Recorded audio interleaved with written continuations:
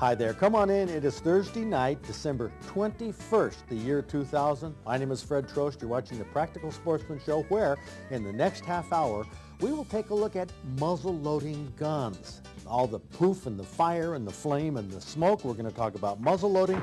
We're going to talk about identifying birds. And you're going to see a very interesting bird that Tim Hayes mounted. All this coming up, so stay tuned.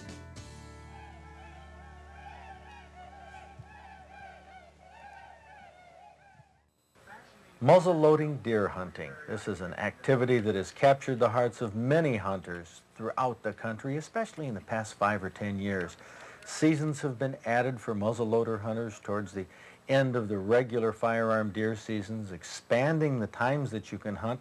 Plus, muzzleloading has a romance to it that I guess the modern firearms don't. The colonial weapons that are used, stalking through the woods like Daniel Boone. A lot of romance to it, right, Al Shady? Right. Al Shady's become a muzzleloading hunter. Right. You have a tale to tell, which relates to, well, you can find it in any book that tells about black powder hunting. And Al, it has here on page 8, big letters right at the top. Make no mistake about it, black powder or Pyrodex are the only propellant powders that are safe to use in muzzleloading firearms. You agree with that? Absolutely. You know, you read that when you start out to put the muzzleloader together to start with.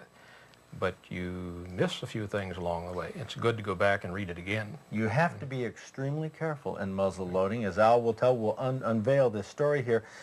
What happened to you was you were at the dentist's office and you saw a nice little snow in December. It looked like a great tracking snow. Right. And you thought if you could get done with the dentist and get out hunting quickly. Yep. I thought I'd get out there before it got dark and before the snow melted and see what was going on. So I ran through the garage and picked up all the stuff, my clothes and gun and whatever, grabbed the cans of powder off the shelf and ran out. Well, I get to the woods and slip on my clothes and reach for the gun, and I grabbed a can and just poured some powder down the barrel, put a ball and a cap on, and walked out into the woods. Let's back up here, Al. I'm sure it's covered in this book on muzzle loading. You grab the cans off the shelf where you normally keep your cans of powder. Right. And a little fact here that slipped in, your son came home, who's a shotgun reloader. Right. Mixed in some of his cans on the same shelf. Right. Didn't pay any attention, didn't read the can. Well, they look pretty much the same, right? Well, they did to me at the time. Did at the time. But he had grabbed the shotgun powder. Right. Taken it out, dumped it into the muzzleloader. There's mistake number 2, not measuring it. Absolutely. But what you had done here, let's take a look at these powders. You brought some samples here. Here is the Pyrodex powder that you were used to shooting. Right. This is black powder, which is a substitute that Which is what I thought I had. you thought you had, but instead you had shotgun powder. Right. Shotgun powder, which is highly explosive, extremely fast burning. It's not supposed to be used in muzzle loaders. So there you were, your muzzle loader filled with possibly an overcharge of smokeless explosive powder. Right. Off you go into the woods in December. Yep. Al Shady, Daniel Boone.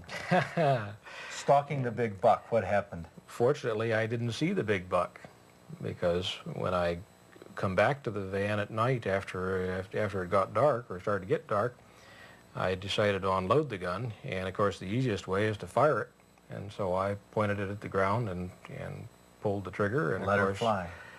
You know, I got all kinds of pieces, but I walked away from it. Let's look at the gun. Here it is. Your muzzle loader. Right. Was this the first time you'd used it, or second time? No, about second time out with it. Second time out with it. This muzzle loader is totally ruined, to say the least. Right. You held this in your hands when you fired it. Right. It blew the whole thing apart. I mean, there's metal down here from the barrel. Jeez, oh, Pete. There's what a 6-inch pieces of barrel that are gone. I haven't the slightest idea where those went. They flew off somewhere, but fortunately not in your body. Right. What were you wearing at the time? I had on a pair of gloves, which it put a few holes in and took. Well, put that on there. All right. That looked like it would take your thumb right off. Well, it probably should have, but it didn't. You know, didn't touch your thumb? Didn't even burn the hair on the thumb. What about your jacket? Well, it allowed me to find out that it was actually a down-filled coat. Yeah, It opened it up pretty well, And then, but of course, it didn't hit you in the leg? or didn't, anything? no, with the trousers that I had on, they were bib overalls enough that they protected from coming all the way through.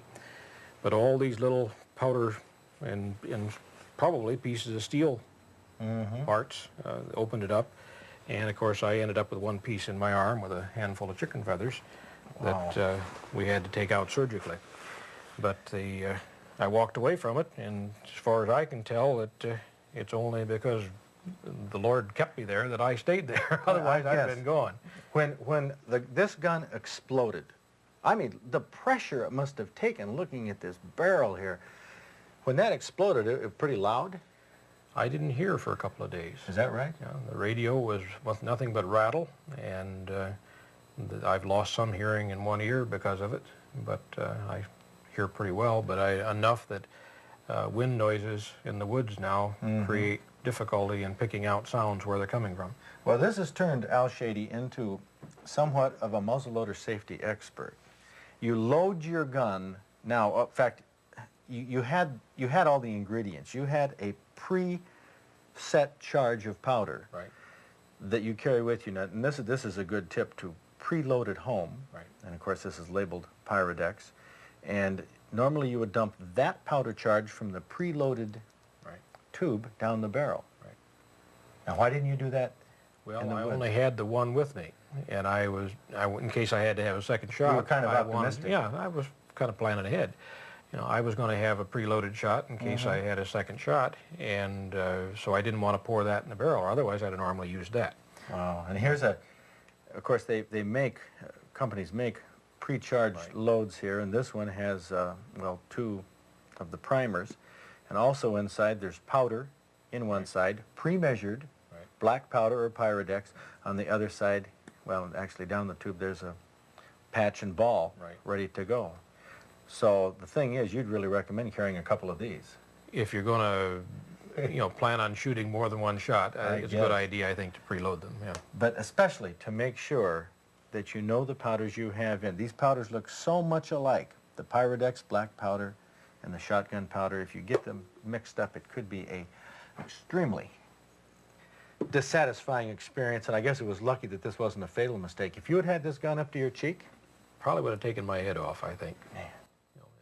Al Shady's story is a lesson to all shooters, especially muzzle loaders. Read your instruction books and heed the warnings about the safe use and operation of your firearm. And when it comes to the difference between powders, keep in mind how they burn. Black powder, explosive by itself, burns in a flash. Lots of smoke, but it doesn't develop tremendous pressure. Pyrodex is a black powder substitute that is not as explosive, making it safer. Modern shotgun smokeless powder is quite difficult to ignite and burns slowly when it's loose, but when it's contained, it develops extremely high pressures that make it dangerous to use in older weapons or in muzzle loaders. Firearms have lots of positive recreational and practical uses, but please take your time, think about what you're doing, and use your gun safely.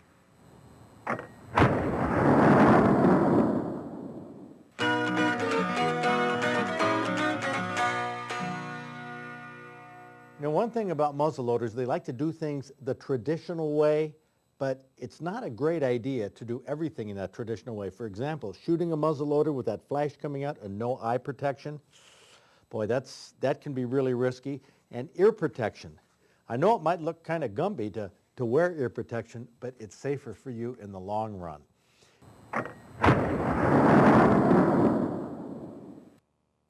Well, I sure appreciate Al Shady bringing that story to us and his muzzleloader. We've turned that from a one-dimensional display into a three-dimensional display of an exploding muzzleloader. You can see it here at the museum, sort of to get the point across of what can happen if you use the wrong kind of powder in a gun. Hey, you can't be too careful with guns. Some people have asked, how could Al Shady not know the difference between rifle powder and black powder? Well, look at the way that they're packaged.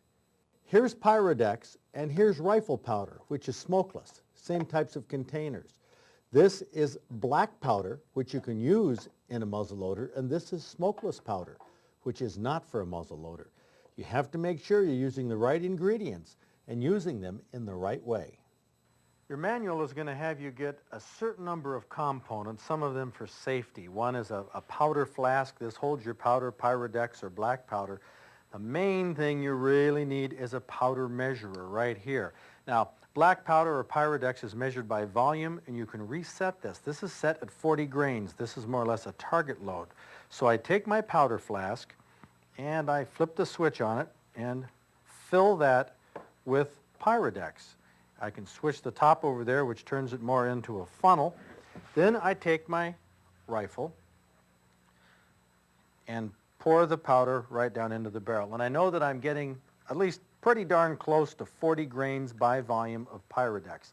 Now, one thing that happens when you're muzzle loading, you're usually doing it with buddies and you're yakking and you're talking about deer season, one thing and another. You might forget that you put powder in here, and you might start to do it again, especially if there's some interruption. Well, what I've done with my rod is I put a little mark on it here for where the ball should be, and if I put it down and it comes up like that with a little bit of space, I know that I already have powder in here. So I want to make sure I don't put a double charge.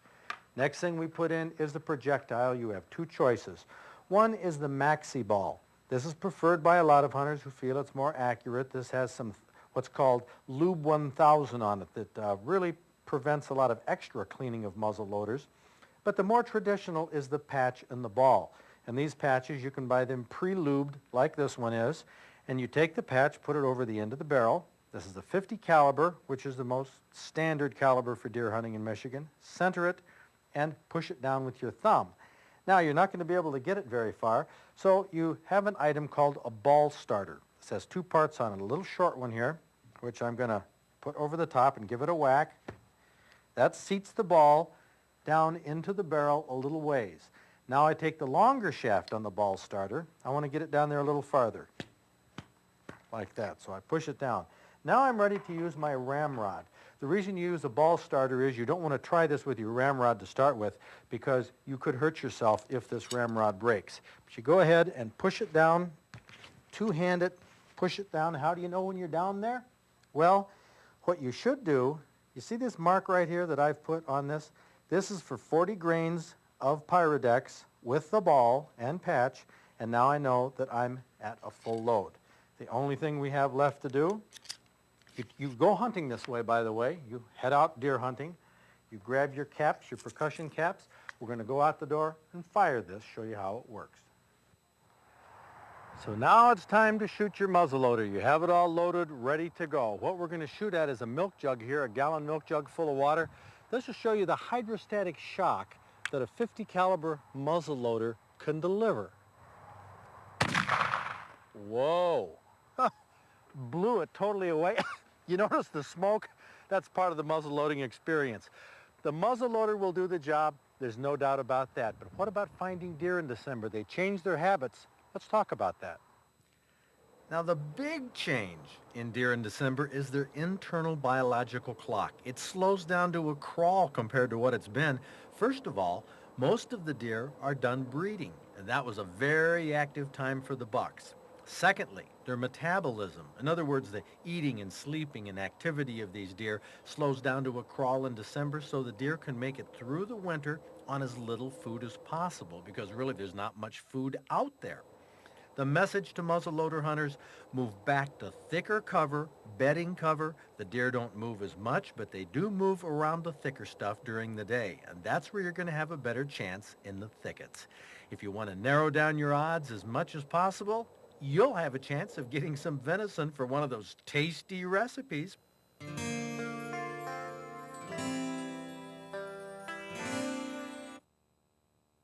The title of this venison recipe will get your attention. It's called Worms in the Grass by Deborah Greenhoe from Greenville. Now, you'll see the connection when this recipe is finished. You start with 2 or 3 venison steaks, trim off all the fat, and slice them into strips, sort of like little worms. Brown these strips in a little margarine, and then add a half cup of red wine vinegar with tarragon, a couple of bouillon cubes, dash of salt and pepper, 2 cans of chopped tomatoes, and a 1/4 cup of finely chopped green olives. Now simmer this mixture for about 20 minutes, enough time for you to cook a package of thin spinach spaghetti.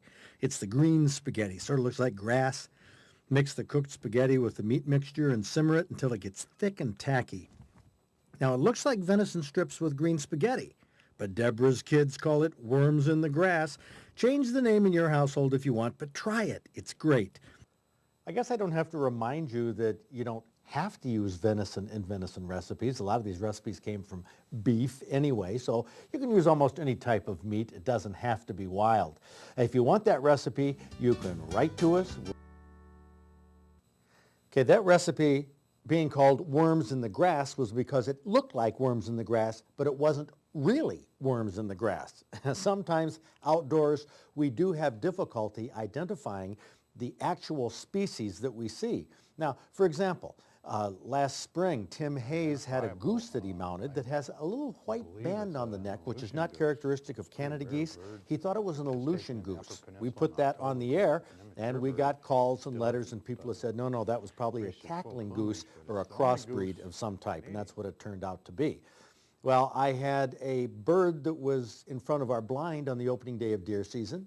I looked it up in Peterson's Field Guide to the Birds, and it appears to be a red-bellied woodpecker. Now, nobody said anything about that, so I must be accurate on that identification.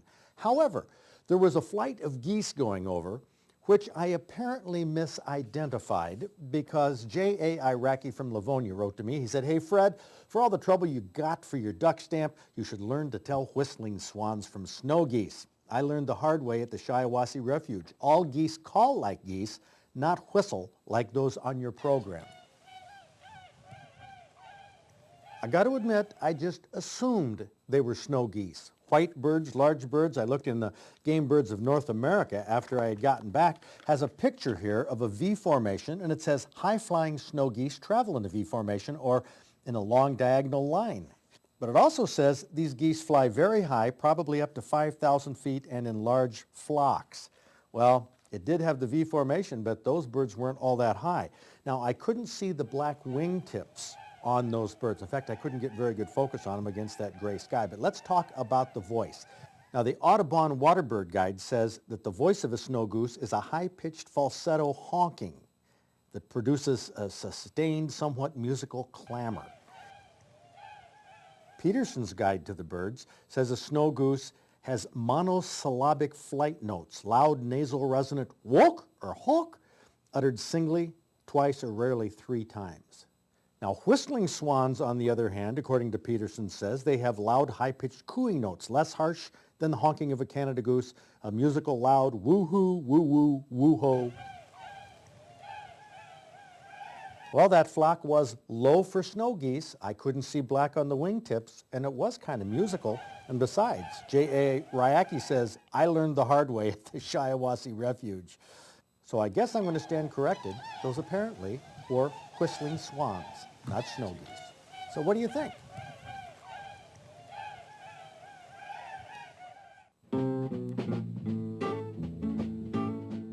We have in the picture here, that's Harvey Schneerstein right there, and daughter Christy and Karen. And you are Christy? Mm-hmm. Okay, but Christy, hold it. Check this out. There's Christy with a northern pike that she got that was bigger than Dad Harvey's. 33-inch. 33-inch pike. Weighed 7 pounds. And as I understand, you helped your dad with this turkey? Oh. He was sleeping and Yeah? I watched him come in and they chuckled and they were fighting and they were hitting each other with their feet. And then I just said, Dad, wake up. And he looked out the window and there's one turkey. No, hold it. Was he watching TV at the time? Was he asleep on the couch? He was Okay. sleeping. We had a tent. A tent? A tent blind. Okay, like a... Camouflage tent blind. Okay. And I'm like, because he shot that turkey, and I'm like, Dad, you shot the smallest one. It had an 11.5-inch beard. In fact, there it is right here, that beard, 11.5 inches, weighed 18 pounds. That's a huge turkey. She's watching 2 turkeys out there. When she wakes me up, I look out and seen 1. So I shot it because it had a nice-sized beard. Then she says, Dad, you shot the small one. Why were you sleeping? That's part of hunting. Okay. Almost every time I go out hunting, I sleep a little bit. But Ladies and gentlemen, he was sleeping at 9:10 a.m. I got up about 4 in the morning. And you were a tired boy. Yeah. So what is it about hunting, now that we know you're snoring in the blind, what is it that drives you out there? It's nice taking the kids out there and the enjoyment of being out in the woods. You think so too? Uh-huh. Would you like to hunt turkeys yourself? Uh-huh. You would? I would like to go out there and shoot turkeys and deer. Well, very good. And I know you'll get a bigger one than your dad. I can get fish bigger than my dad. I can get a turkey bigger than my dad. All right. Well, very good. Congratulations, both of you.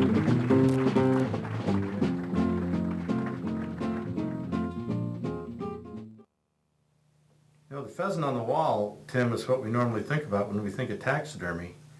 We don't think about birds like this. What's a scoop here? Well, pheasants would be my favorite bird to do, but this is a little out of the ordinary. It's a salmon-crested cockatoo.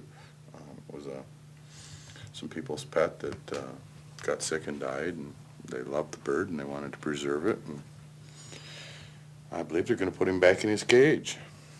Wow. Of course, it'd be a lot easier to clean up after now, and he'll eat less and make less noise. Well, is it difficult to do a person's pet?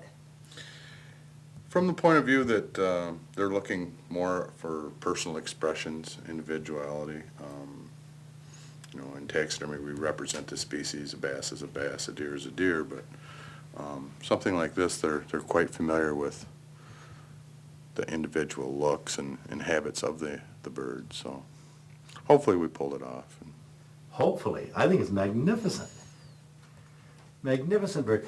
How do you charge for something like that? I mean, I know you have your rates for ducks and geese and pheasants. This is pretty much custom work, so you have to try and guess how many hours you're going to have into it, and kind of range it to something similar to in size to another bird. So what did this cost, can I ask?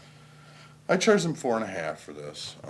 I wish I'd have got a little bit more for the amount of time I had into it, but it was kind of interesting to do. What would the owners say about this cockatoo? Would it satisfy him?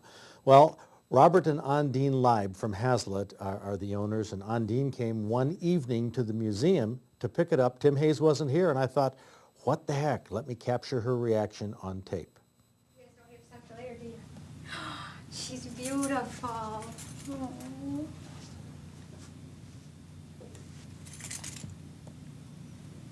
Thank you. Kind of touching? She's beautiful. It's exactly how we wanted her to look. What are you going to do with her? Set her on top of our fireplace. Well, too bad your husband couldn't be here with you. Yeah, it is. She's watering the lawn. You guys did a very good job. Yeah, we think it's pretty awesome. She's beautiful. It was hard, really hard, to find somebody that would do this. Why is that? Nobody wanted to work with the bird. God, she's so pretty. So you're satisfied? Yeah, we're real happy. You're going to be okay to drive? Yeah. You guys just did a wonderful job. It's exactly how we remember.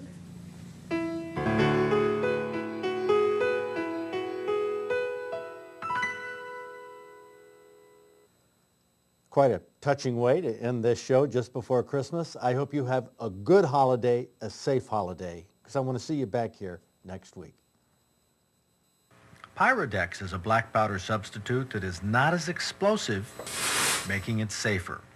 Modern shotgun smokeless powder is quite difficult to ignite and burns slowly when it's loose, but when it's contained, it develops extremely high pressures that make it dangerous to use in older weapons or in muzzle loaders. Firearms have lots of positive recreational and practical uses, but please take your time, think about what you're doing, and use your guns safely.